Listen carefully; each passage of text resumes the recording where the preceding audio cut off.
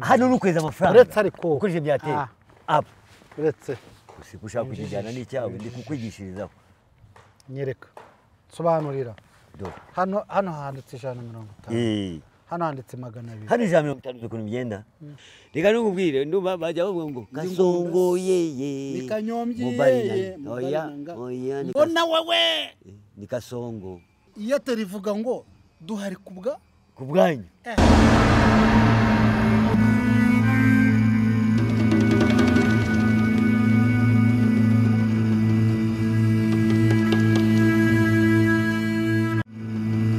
rero turi kumwe na kino Kanyombya ngira ngo musanzwe muyizi ni Kanyombya Empire rero turi kumwe namwe muri urwego rw'ikiganiro cya none ku itariki 27 z'ukwezi kwa kane bigaragaye ko dushaka kuganira ku byerekeye n'u Rwanda rwacu aho rugeze tukaba dushaka kugira ngo tubabaze ese muzi iterambere icyo ari cyo ese muzi iterambere aho rigeze ese aho abanyarwanda bageze iterambere murahazi ese aho leta yacu igeze u Rwanda murahazi mu iterambere ubwo ngubwo rero ngira ngo turi kumwe na mugenzi wacu ngira ngo ashaka kubibwira ngewe ndi Kayita Nkorenjori alias Kanyombya Kanyombino ibyo uvuga nibyo ariko iterambere ry'u Rwanda uko ryihuta none se kutazi kuvuga izina ryawe witwa Kimonyo witwa umwuzukuru wa Salomo umwuzukuru wa Salomo yari umuyahudi ntusinaguri wowe banza wumve mbanze numvikize ngo numwuzukuru wa Salomo yari umuyahudi kandi ndabizi uri umunyarwanda iwanyu ni Nyamata Salomo yari iki Salomo se nyeneye kumenya hari ibintu bitatu byamurangaga ahubwo nziruvuza ndeko banza wumve nzi Sesonga hari ibintu bitatu byamurangaga niyo mpamvu ugenda umwuzukuru wa Salomo ubwenge ubutunzi ikize Salomo yari umuyahudi nta muyahudi wigeze aza inyamata ngo avukire inyamata ubuse igisekuru cya Salomo inyamata kiriho ubu abantu b'inyamata bavukiye abana bariyo bakaba baravukiye hari Salomo wabutse Salomo mwene Yahudi mwene Dawudi mwene Yuda na Ntuza usuri umuyuda ariko nubundi usa na Yuda okay reka dukomeze terambere usa na Yuda usa nande akarakarago usa na ubavuze Yuda ko Yuda Iskariyoti cyangwa Yuda usibye ko yogoshesheje uwagwa imisatsi akagubwanwa naguswa asa na Yuda aya nago nsa na Yuda byanjye ariko abari kutureba Yuda wagambaniye Yesu abari kutureba kuri Kanyombya Empire muze kumbwira uko uyu mugabo asa na Yuda nago wangereranya kwanza ntabwo ari Yuda nya Yuda wundi ugira neza uri Yuda Iskariyoti ari Yuda w'umuryango intare y'umuryango wa Yuda ni wovuga intare y'umuryango wa Yuda intare se uri intare ya FPR ni Yuda ni ibiki uri intare nyabaki no kubinguge ni wawe inguge no ahubwo vuga uti ndi Yuda Iskariyoti wishe Yesu ibyo twabyemera ko wengereranya n'umuntu wagambaniye Yesu none ariko hari ibintu byinshi ndakubwiye noneho usa na Gahini wishabere wavana isura ya Gahini ariko mo kabyaramo Gahini mukuru wa Nuza mukuru wa ni mukuru wande mukuru wa Beri abo bose nabahemu hari Yuda hari na Gahini bose ni abantu babi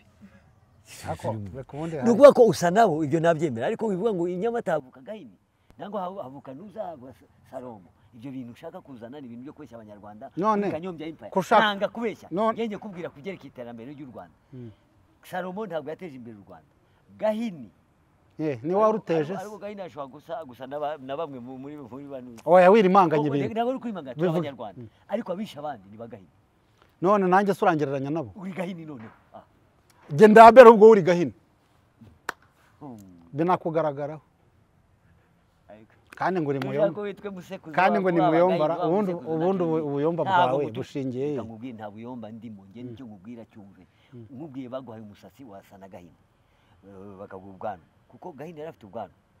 noneho umuntu wari ufite ubwanwa reka nanjye nkubaze Abeli na Gahini ntabwo ari Abeli ni Yakobo oya uri muravanga ibintu Yakobo muzanye ute Abeli na Gahini si bene Adamu subiza kimwe mwene Adamu nge ntabwo ndi mwene Adamu ni mwene Sakumi aruza ndeko mwene Adamu reba ndi umuzungu baya gusi n'abazungu uziko ndakera bajya bavuga uziko ikintu kibi kwisi nuko abantu ndashaka nkubaze babonaga umuntu w'umuzungu reka nkubaze bakamwita ko ari umwana w'Imana kandi ari Imana bagashushanya igishushanyo cy'Imana bakagishanya mu muzungu bajya gushanya Satani bagashusanya mu mwirabura nakubwiye mu nteruro yose natangiye ngubwira turi mu iterambere ry'u Rwanda nago ndi kumva neza mu iterambere ry'u Rwanda igirayo ufite umwuka mubi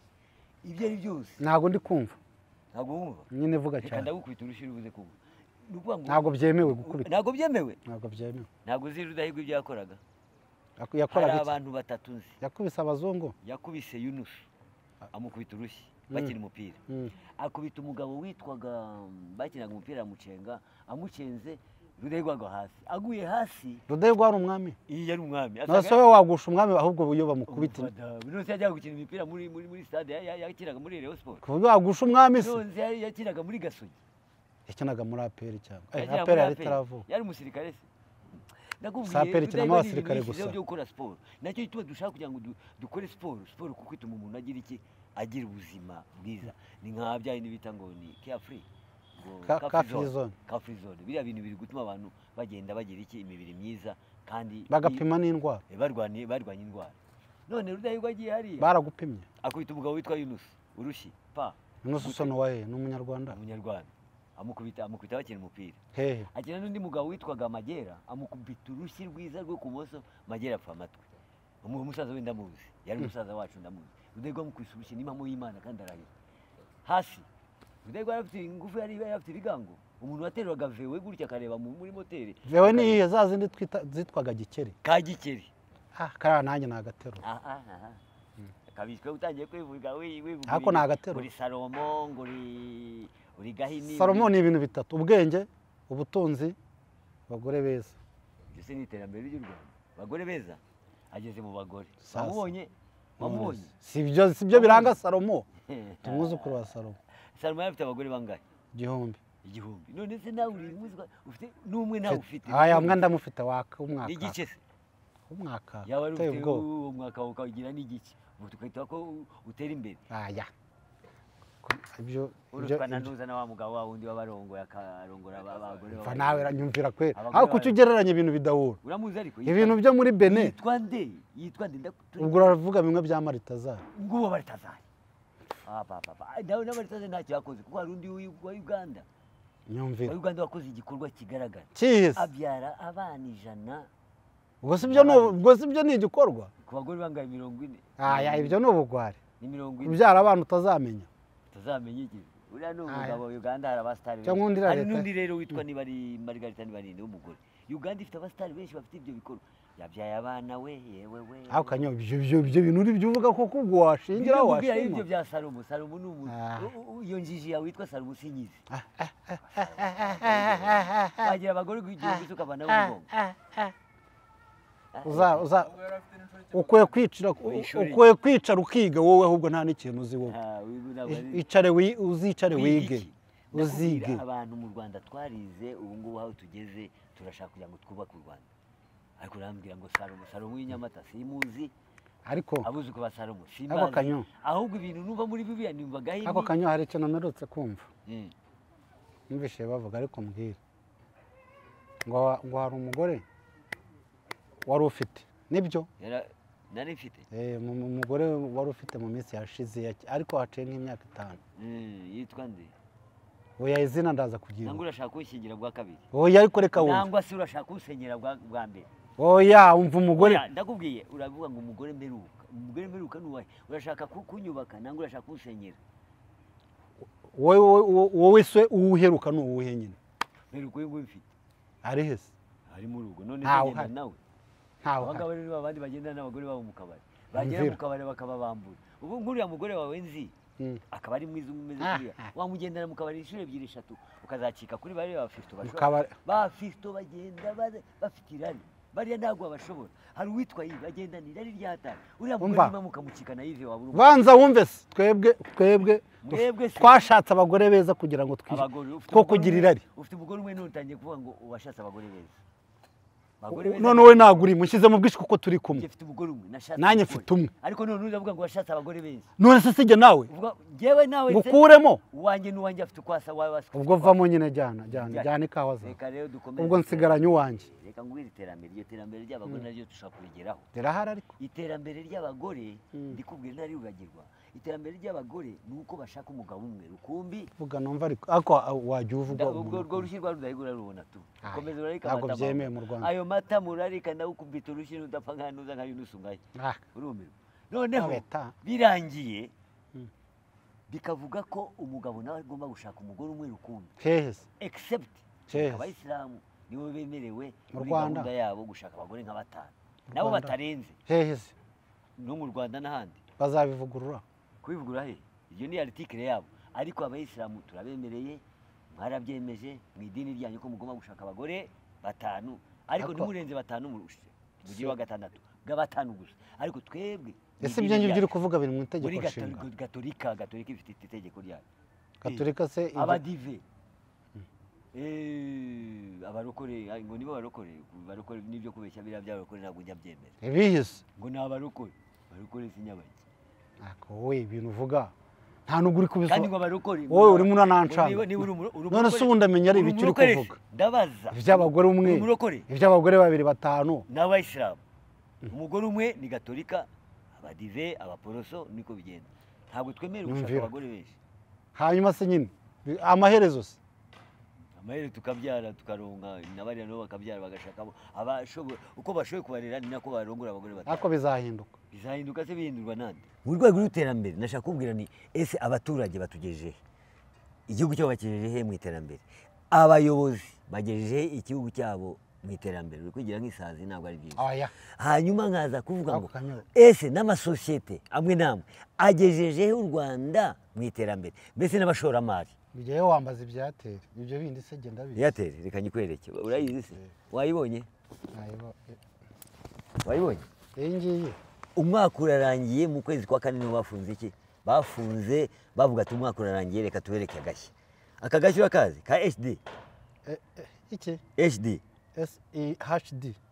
HD niko bavuga mu cyongereza ni HD ako kamyo wagereka ubu rero ni amakuru HD ni mu rwego rwa volte urumva se ukoresha iki ukoresha 4G HD none se ni HD mu cyongereza HD mu gifaransa hashi na da mu kinyarwanda hashi na da mu kinyarwanda ariko ni mu rwego rwo kugira ngo internet ukoreshe 4G urumva bakoresha 4G ukajya mu rwego rwa volte ni imbaraga urumva ari iki ibindi ni iki koresha amafaranga ibihumbi 3 asigaye gukora iki hano se ko mbona hari 500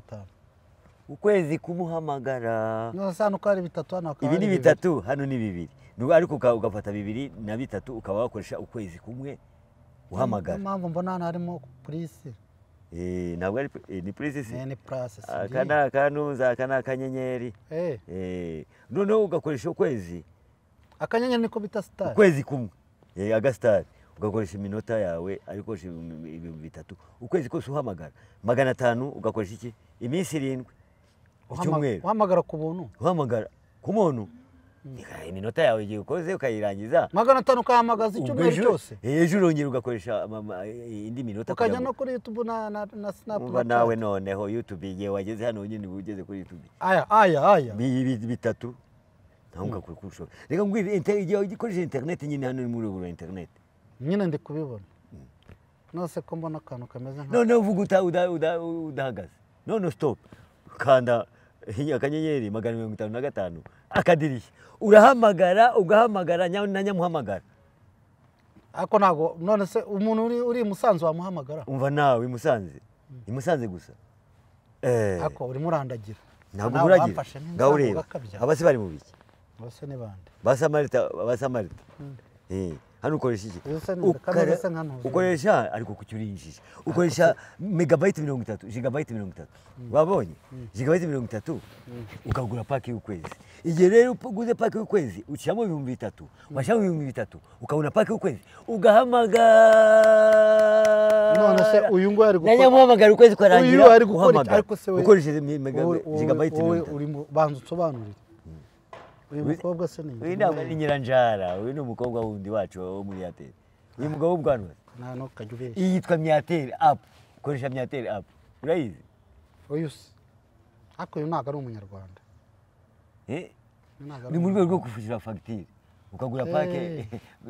pake n'amayinite ukwishyura fagitire hari ahantu njijishije ukweza n'amafaranga hano ni ukweza amafaranga ukoresha Myatel app uretse ushaka kukijyana n'icyawe ndi kukwigishirizaho nyereka sobanurira hano handitse 150 hano handitse 200 hano ijana 50 ukuntu bigenda ukoresha amasaha 28 amasaha 28 ku dufaranga 150 ukoresha SMS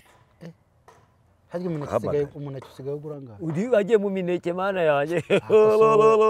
yewe ubu mwanya uruvuze kugera muri nyine impamvu ndi kubaza igiceri kitagura umuneke ukakigura amanyine mwari buze kujya mu nyama z'ingurube sinimba bakafite kumanya iki ndi kubwira dore haha hangaha ntabwo ari ikintu ukoresha gigabyte 30 imara iminsi 30 ukwezi kose ugahamagara non stop udahagara wowe hari ibintu nakubaje ngo hamagara umuntu w'Imusanze abimusanze muravugana wabahamagara na ninjoro ya Rubavuze na mu gitondo muri Kongo hariya kuri go murahamagara Kongo se mwabonye ko ndi kubwira ndayambaje niyumve niba yabaye ikiragi ariko se giye hari ibintu ntari gusobanukira niba yafunguye amatwi niba harimo kadena harimo ingufuri simbizi ndakubwira dore uyu nguyu ntumurebe ngo yitwa Serupimpimpisi windese ubusara umugore witwa Serupimpimpisi akumenya ari umukobwa wabirebye nakubwiye ko hano akanga kureba akore igenda gake uyu ni wahe nko muri Airtel uvuga udahagarara urakanda akanyenyeri 155 akadirishya hanyuma ugashyamo 200 ukabona iki kabone 3000 na SMS 3000 bizi se ndabizi ni bya SMS guhamagara ahasigaye ukwezi kose ugahamagara washyamo 500 ukabona 500 iminsi 7 SMS 500 iminota yawe ukawifite none ugashyamo 200 ukabona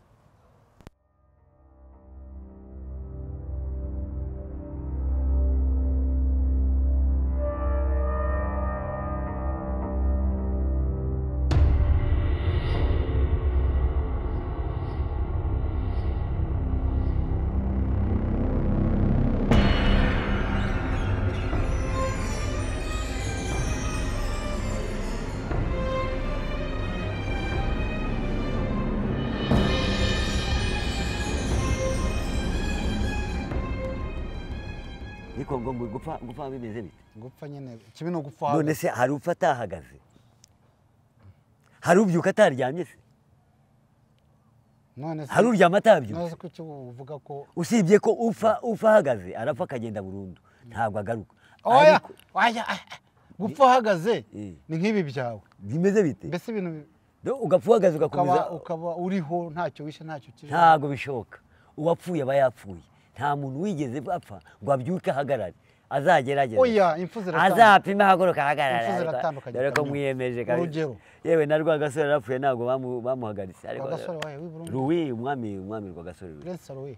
Prince Louis baramuryamishije urugendo ukamureba aryamye hari umupfu babahagarika Prince Rwagasore umupfu wese baramuryamisha akaryama burundu aho ngaho ngo apfuye mpagaze upfa ahagaze se niba ibintu uvuga giye birananca ariko nangwa no gupfa mpagaze ubanza napfa nafite ubwoba ko urupfu ruratigitse muntu ngo apfa ahagaze none se ibintu utarumva ubundi abantu bagira amatsiko yo kugera ahantu bataragera cyangwa se iterambere nyine urupfu kubera ko none urupfu ni iterambere none se iwawe urupfu ari iterambere ko mutere imbere kubwira iki nyine icyo ndi kukubwira abanza ucyumve ugende ukubwira ngo uzajya mu ijuru abantu yewe mu gitondo inkoko niyo ngo uzinduke saa 12 ugende kubwira iki nose ujya nzajya muri gehe no ninde uzaguherekeza wowe byandi bavuga ngo baherekeje umuntu Yesu ntago yagiye mu ijuru wari uhari dore ibyo mpfa n'abantu Yesu yagiye mu ijuru ibyo mpfa n'abantu Yesu yagiye mu ijuru ari hehe agiye kwita nzajya kwa Yesu igihe cyose nzavira muri iyi we tata we kwa Yesu se yubatse inzu ya Yesu iragana nzajya kwa Yesu komeza wibyinije gutyo nk'umuntu utafite ubwenge uzajya kwa wagiye mu gitondo ukamusuriza uzajya kwa Yesu Yesu yari muri avenue muri quartier wa mbere nkubwire wagize atari ku wa mbere bapfusha ariho bande se bamupfusha bagashyira umusaraba aba ba YouTube abanga bashaka ubu views bashaka kugira ngo babone ubu views ese bundi itegeko barengera ni ese itegeko sibyo se nshaka kugira ngo niki kibaho ubasha bwo gupfusha umuntu atapfa ndabanziriza kuri YouTube umuntu w'umunyacyubahiro ufite ubudahangarwa umunyacyubahiro icyubahiro se kiba kitayeho ko bitaye kushaka amafaranga mu izina ry'umuntu ukajya kumva yanditse ku rubuga ngo Keyune Rugaba yapfuye inde Keyune Rugaba Keine Rugaba Muhozi ngo yapfuye ukabyandika ku rubuga uri kigoryi 100%. Muhozi General Nose wajya ugapfusha nyoko nawe ugapfusha General umugabo w'ingabo yego da ngo yapfuye byarangira ukihambura wenyine ukavuga ngo Kanyombya yapfuye ugashyiraho umusaraba so nyoko nyogosenge abiwanyu bose hasi abahese bagapfa. None se ngiye urashaka kumpa kubera iki wakuvuje bene wanyu Kanyombya yeye mubari nanga niba atari umusazi banza ari muzima ariko surwaye onge komeza ururimi tunga Kanyombya yeye mubari nanga mbona wewe yamaye iyi ni biki yariye none niragoye ko mu restaurant ugenda urya n'ibiryo birasindisha wasinze ibiryo wanguriye nakugure nushaka wigure ariko nunagura bike wagura byinshi ariko biriya biryo urya uko bingana bizakwica. Reka nukubwire ndumva bajya bavuga ngo Kasongo yeye ni Kanyombya yeye oya mbona wewe ni Kasongo ntabwo ari ibyo. None rero uko bimeze kose tugomba kumenya tuti niba none uziko uri gukora biriya bintu ku murongo wa ku rubuga ukaba uzi ko upfusha abantu kugira ngo ubone views kuri YouTube ubwo twabyandute ese twabura YouTube kabanze kabimenyana birahiterega bimaze guhita bisesekara hirya no hino ariko by control twabwira ndeka turebera kugira ngo utazajya uvuga ngo abantu bapfuye igihe ubikoze wahanishwa iki nigihe ubaza se bakavuga ngo ndambaje yapfuye kandi yarapfuye uhagaze ubwo twajya none se ntidufite ubuyobozi bwatubariza saba hari abantu batagira abareje b'amategeko bapfusha abantu ariko nk'umurongo nk'uwo baba bashyize ibintu nk'ibyo ntabwo twabwira RIB ikajya ikurikirana ibi bintu kuko barangiza abantu kuvuga ngo umuntu yapfuye ubwo biri mu itegeko ukazana impagarara impanabyaha mu bantu ntabwo ibintu byose biri mu mategeko ariko bigaragaye ko bisebanya ikintu gisebanya ni ikintu cyerekana ko ushakisha mu matako y'injangwe ushaka kugira ngo upfushe abantu nka kuriya usebya abantu gushakisha amatako y'injangwe ushakira amata ku ikimasa yego ese ni ibiki nibyo ibyo ni ibya cyagushakira umuzi kwibuye aho ngaho nangwa nabyo akabuze umuzi wibuye wawubona ko nzi ko iryo jambo buze akabuze nikaboneke ko ari nyina w'umuntu ibyo ngo akabuze nagati reka rero nkubwire ni ukuvuga ngo dushaka kubwira ubuyobozi bwacu bukaba bwakurikirana mu gihe bavuze ngo ubuyobozi bwacu mu gihe bagakurikirana bakavuga ati igihe umuntu yapfuye bavuga ngo yapfuye kuriya bagakurikirana yace no wa murongo bakawuvana noneho bakawusiba akamuvanaye ku rubuga kugira ngo atazajya asebya abantu nangwa ateza abantu impagarara nangwa guteza abantu igikuba nabyumvise none rero reka tugere uri kuntu mase cyangwa uragira ngo itume nta kibazo niba kugutuma ntabwo ngutumye ahubwo ababyumva ku murongo wa Kanyombya Empire nibakurikire ahubwo bakaza gukora iki subscribe bagakora share bagakora na link kugira ngo nibuze bashobore no gukora comment link hakwajya uvuga mu bintu gukozaho urutoki rukagira ngo we urukoza hese ukakoza andi kuri telefone yawe na telefone ugira handitse link share ni like mu gusoma like koresha igikumwe like indayishaka waba utabishaka kareba hasi icyo gihe rero ukaba wakoze iki wakoze agakuru bakwerekana ko ukuze ikiganiro cya none rero kugira ngo tubashishikarize kumenya ko iterambere rikorwa na buri muntu wese iterambere rikorwa n'umunyarwanda wese iterambere rikorwa n'umushoramari wese iterambere ry'u Rwanda rikorwa n'ubuyobozi bwose natwe abahanzi twese nanjye ndiwe uri umuhanzi nyine none se ntabwo ufite cheno yawe yitwiye Albert umwuzukuru nayo ikabisinzira nkaba shaka kubibyutsa none tukaba tubabwira tuti Airtel Airtel ngoguki droit academique droit niko sereka rero mwubwire rero ubu ngubu nabanje kubwira ko ibintu byose bya Airtel ari wane ubu ni ukuvuga ko ibihumbi 2 ukora iki ubona iki nabikugishije ubona ibihumbi 3 by'iki by'iminota ibihumbi 3 by'iminota bya Airtel ngiye byonzi ni bya e-cash watanga 500 e-cash iri byonzi nyine ni bya e-cash ushaka koherereza amafaranga umuntu ukoresha undi murongo uturi wa Airtel yes ni byonzi imirongo yose ku yindi yego yes ahubwo nakubwiye ko 500 ukanda akanyenyeri 182 ugakanda star ugakanda rimwe ukongera ugakanda akanyenyeri hagahita haza niba ukoresha e-cash ni kuri 2 ugakurikiza amabwiriza. None se cyagenda kubwiye ngo vuga none stop igihe ukanze utazi 500 ubona iki? Ubona SMS zingana n'iminota 500. Kubwo nirukundagira yampaye utanga 200 ukabona iki? Nzabaze nde ukabona 150 SMS iminota 150 direct ugakoresha na SMS ku mafaranga ngahe? 200 utu 1 200 200 ibiceri bibiri byonyine. Ibyo utazi nibi washaka paki rero y'ukwezi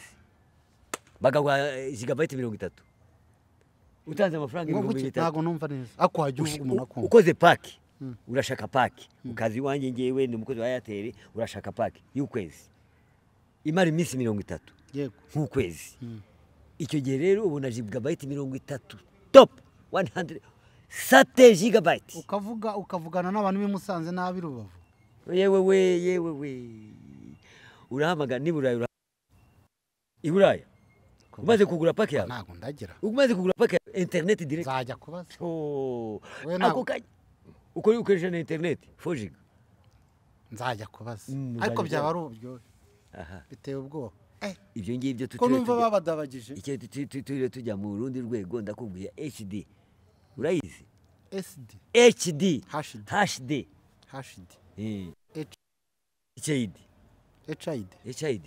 ni HD ni hash na D. Ikibazo biri kunyura hasi werega namenye ugira iyo gere muri HD hasi no hejuru vuga neza ukoresha internet ya 4G ugashobora guhamagara hirya no hino. Ako nagashya Airtel tuzaniye muri mwaka wa 2000 no wahamagara no muri Kongo pana Zaire ariko none ndakuye kuri Goma Goma hari urahamagara n'ikesha sawa ushaka guhamagara nuko gusa hari imisukusuku urahamagara ndakubwiye. Kandi Airtel ikagenda neza ku buryo uhamagara umuntu ukagira ngo muri kumwe live muri kumva nuko ko irayungura umunyerezo 4G ukaburi kunyerera neza ukaburi kunyerera neza twa 500 oya bita 500 hari 3 hari 500 na 200 yego nukweza amafaranga byagezeho ntabwo Airtel tudabagije ariko reka ngere ku musozo bye ejo uzaze ngujyane ku Airtel ngende bakwigishe neza ndumva utari kunyumva neza. Murakoze Airtel mu buryo byo kudahendwa birasobanutse. Baravuga ngo guhendwa ni ikosa uragana handi ugahendwa kwabahenda ukababuhendwa.